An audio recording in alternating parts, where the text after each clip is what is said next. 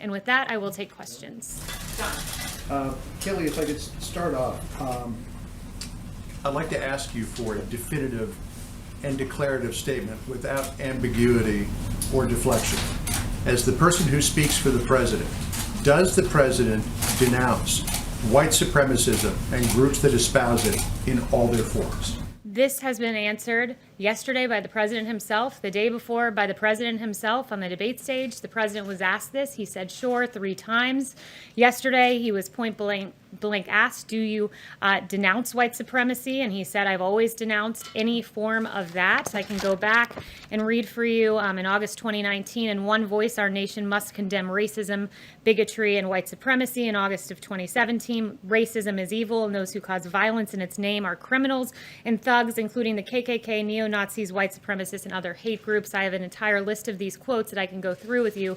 He has condemned white supremacy more than any president in modern history. Just to clear it up this morning, can you, naming it, make a declarative statement that you denounce, that the president denounces it? I just did. The president has denounced this repeatedly. The president was asked this. You're contriving a storyline and a narrative. I'm just asking you to put this to rest. I just did. I read you all of the quotes, and if you need to see them in writing, I will put them in an email. Paula. So, Kayleigh, can you right now denounce white supremacy and the groups that espouse it? The president has denounced white supremacy, the KKK, and hate groups in all forms. He signed a resolution to that effect. The president just last week, perhaps you all weren't covering it, but just last week expressed his desire to see the KKK prosecuted as domestic terrorists.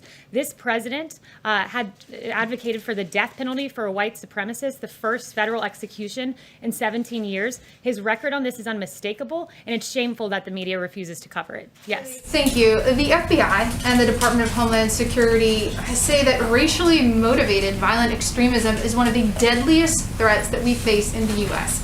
Does this White House agree with that assessment, and what is it doing to combat this threat?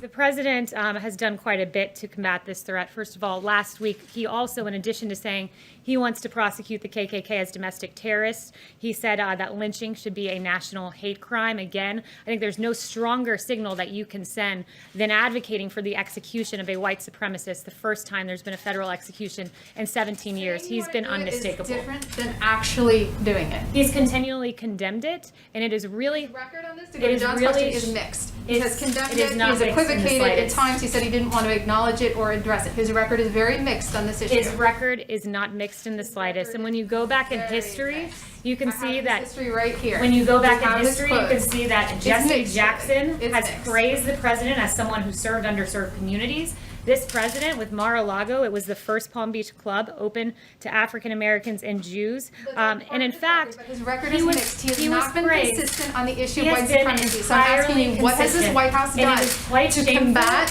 what the FBI says is one of the deadliest threats in this country? We're not having a debate on a cable news network. Right now, you need to let me finish. He condemns it. I have his record right here. It's mixed. You need to let me finish. His record is mixed. It's quite funny that the media goes haywire about interrupting in debates and then chooses to pursue that very same tactic themselves. This is a White House briefing. You ask a question and you give me time to answer.